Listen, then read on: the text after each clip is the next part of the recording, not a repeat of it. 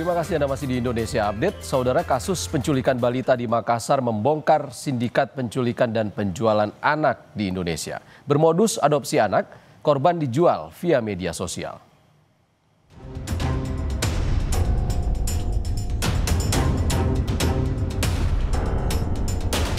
Kasus penculikan balita di Makassar menguak tabir kelam sindikat penculikan anak di Indonesia.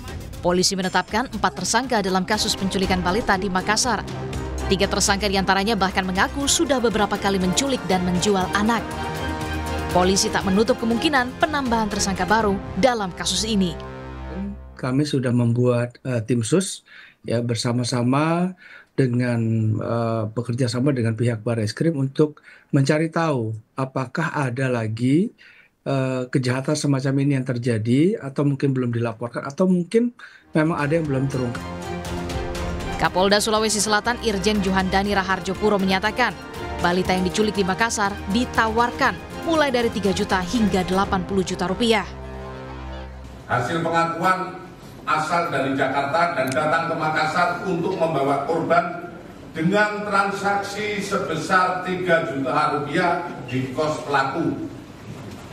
Kemudian korban dibawa NH ke Jambi, transit di Jakarta. AS dan MA mengaku membeli korban dari NH sebesar 30 juta dan menjual kembali kepada kelompok salah satu suku di Jambi seharga 80 juta.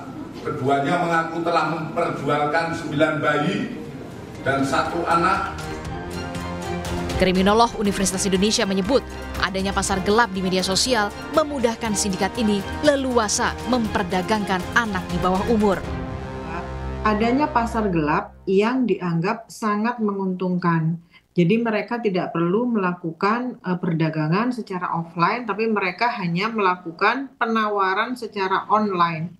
Dan ini sudah ada semuanya, baik dari perekrutan, penampungan, sampai ke transaksi penjualan. Ya, ketika penjualan itu dilakukan secara terbuka di media sosial, maka kemungkinan ketahuan dan dilaporkan oleh masyarakat itu sangat besar. Walaupun bisa jadi ketika ada penangkapan, mereka bisa langsung menutup media sosial yang mewadahi pasar bebas yang mereka buka itu. Sebelumnya, seorang balita berusia 4 tahun diculik di Taman Pakusayang, Makassar, 2 November lalu. Aksi tersangka pun sempat terekam kamera CCTV. Usai menculik korban pun dijual di media sosial dengan modus adopsi anak. Langkah cepat polisi membongkar kasus penculikan anak di Makassar patut diapresiasi. Namun, tentu kita berharap polisi dapat mengusut tuntas jaringan perdagangan anak di Indonesia. Tim Liputan, Kompas TV.